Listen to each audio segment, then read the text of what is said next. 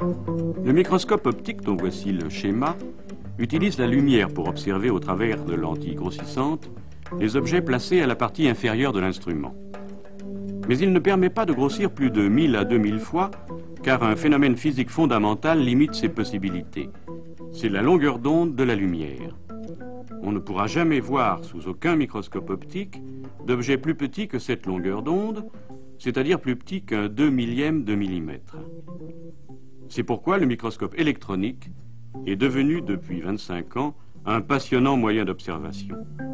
Car il utilise non plus la lumière, mais un flux d'électrons, ce qui d'un coup multiplie par 100 le grossissement et permet un nouveau bond en avant dans l'exploration de l'infiniment petit.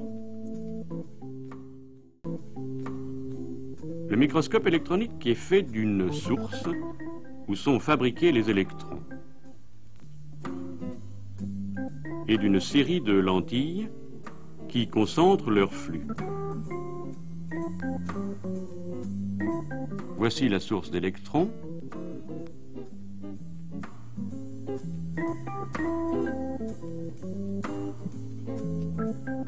Et vous allez voir quelques-unes des lentilles qui ne sont pas en verre comme dans le microscope optique, mais sont constituées par des bobinages. Les électrons étant facilement arrêtés par l'air, ils ne peuvent se propager dans le grand tube du microscope électronique que si l'on y crée à l'aide de pompes un vide très poussé. Les objets que l'on veut observer sont enfermés dans cette petite capsule